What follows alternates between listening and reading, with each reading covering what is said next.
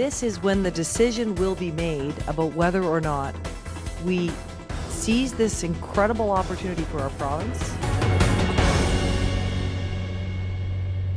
Well, the BC Liberals' throne speech this week promised to create something called a prosperity fund, up to $260 billion to pay down the debt and maybe buy some other goodies. Whether it is eliminating the provincial sales tax or making long-term investments in areas like education or vital infrastructure that strengthen communities, these are the kinds of opportunities the BC Prosperity Fund can provide. Once we bring this opportunity home for our province, we could be, by the time my son is 26 years old, we could be debt-free.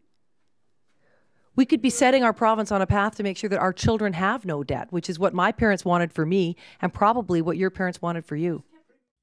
Now, the Prosperity Fund was the only new idea in the throne speech, and it's being hammered by the Premier's opponents.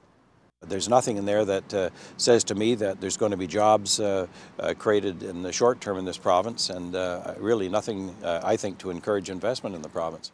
I think their whole strategy is dependent on some wishful thinking about what's going to happen to gas and gas pricing, and I think it's a very vulnerable budget.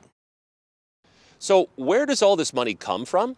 Well, a liquid natural gas industry that won't be up and running until 2020. It is fantasy, pure and simple. And you can see that in the fact that it's not for this coming election cycle, it's for the next election cycle. So you have to vote this government in twice to begin to put the structure in place. The idea that liquefied natural gas will create some giant pot of gold under Christy Clark's rainbow 30, 40, 50 years in the future so that we have no sales tax and we pay off our entire debt is unbelievable.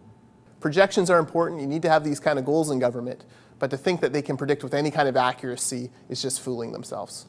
At this point, we have 5 proposed LNG plants. None of them have broken ground yet. Realistically, within the next 8 years, we might see 2 of them open.